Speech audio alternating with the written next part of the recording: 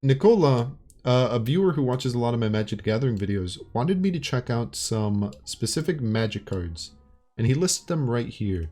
But the first card is called Mythical Tutor, so let's check this out. Search your library for an instant interrupt, I don't know what an interrupt is, mana source, I don't know what that means, or sorcery card. And reveal that card to all players. Okay, so you show it to them. Shuffle your library and put the revealed card back on top of you put a card on the top of your library? Is that even good? That's like a scry, right? It's like, oh, scry your deck. Well, I guess it's like a, you can search out any card though. I don't know if that's good. It's slow.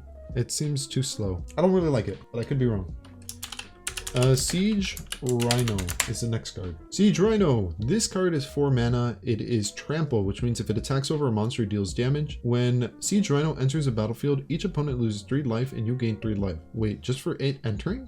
Wait, what? It's a little hard to bring out. It's plain death grass, so that's a little tricky, but its stats are amazing. The stats are very good for a 4 mana, and its effect is good too. What if you just like did clones of this monster? You just kept duping it. You would just trigger its effect every time the token or the fake version of it, the copy, enters the battlefield. That card's very easy to be abused. Delver of Secrets. Oh, I like this card. Yeah, a lot of people run this in water decks. Delver of Secrets, it's like whenever you draw a card that's a sorcery instant, you can reveal it, and then this guy transforms into a 3/2. Yeah, this is a genuinely good card.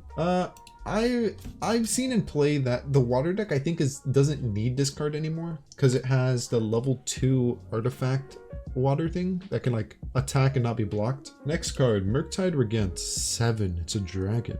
7 mana. It's a dragon. Delve. What does that mean? Each card you exile from your graveyard while casting a spell, pay for 1. What does that mean? Flying. Murktide Regent. Enters a battlefield with a 1/1 counter on it for each instant and sorcery card exiled with it. Oh, so it just gets bigger and bigger? Oh, does this mean you banish cards from your graveyard in order to summon this guy for less? So if you banish 5 cards, you summon him for 2, right? And then he just gets 5. What? No, that'd be way too good. That wouldn't make sense. That'd be way too powerful. Yes? Really? Wait, what? Colgate just said that yes. Okay. That's a little insane. Wait, this card's so powerful. Whenever an instant or sorcery leaves your graveyard, that doesn't make sense. Oh, it's a continuous. So this part's continuous. And then he activates as soon as he's summoned. So he just continuously gets bigger. Oh, that's a good card. I like that card. It is a huge player in Modern and Legacy. I can see why it would be a huge player. That card is very good if it can be dropped for 2 and it just becomes really big. Tolaria West comes into play tapped. Okay, so it's just water. Transmute. What is that? Discard this card. Search your library for a card with a converted mana cost to 0. I've been told Magic doesn't have a lot of cards that allow you to search your deck for one specific card. So I'm guessing this card is mentioned because it allows you to search it. I don't know what the mana cost 0 means. Converted. I don't understand what that means, but it allows you to search a card, which makes it powerful, I guess. I don't get this card. I don't really get it. What are you searching with this? You can discard it for 3 mana, but you add a 0 mana? Or does the card that you add become 0 mana? And you can like add something that's like 10 mana and it becomes 0. You could do that, I'd be kind of busted. And Summoner's Pact, for example. Let me look up Summoner's Pact. Summoner's Pact, 0. Okay. So this is one of the cards that can be searched with the land card. Summoner's Pact is green.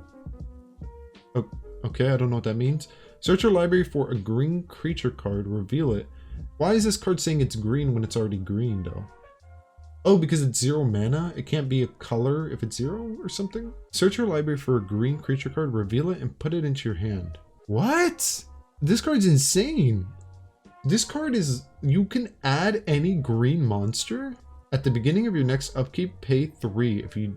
Oh, you lose? okay, I see where it comes at. Okay, so this card, I just read the first middle part and I was like, oh, this card's so good. But the last part, if you don't pay 4 mana, you just lose. You lose the game. That's balanced. I like that. Very cool card. I feel like this is more like an OTK. You just search out your boss and you just win the game. Next card is Amulet of Vigor. Where is it? Vigor. Amulet of Vigor. It's an artifact. 1 mana to cast. Whenever a permanent enters the battlefield tapped and under your control, untap it. Oh, I like that. That card's so fun. I don't think this is... Wait, is this super good? What What permanents enter the battlefield tapped anyways? All I can think about is the dual lands when it's like when they enter they're tapped. There is very few monsters. The one that comes to my head is the skeleton who's like 1 dark mana and it's like when he enters the field he becomes tapped or something. Those are the only 2 cards that I can really like think of that can abuse this. Maybe the land? Yeah, those are cool cards. I think these are cards that you can use in Historic, I believe. Or Explore, I think is what it's called. Hall of the Storm Giants. This card looks cool. Hall of the Storm Giants. If you control 2 or more other lands, Hall of the Storm Giant enters the battlefield tapped. Okay, so that's one of them.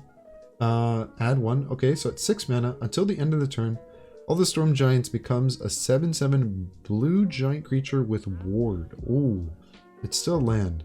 Whenever it becomes a target, your opponent pays 3. So it's a ward for 3.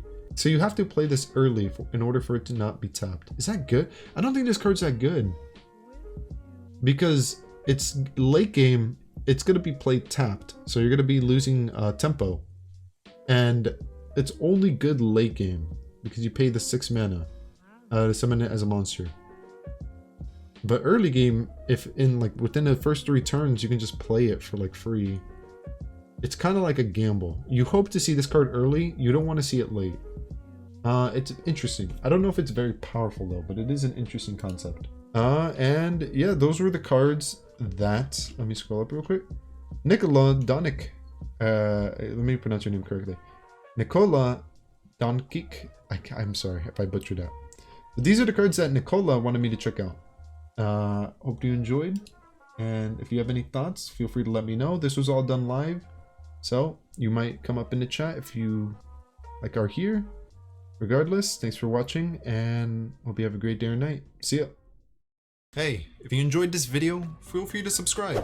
You can check out all the new content I'm going to be making. But besides that, hope you have a great day. See ya. Attention fellow gamers, no anime beyond this point.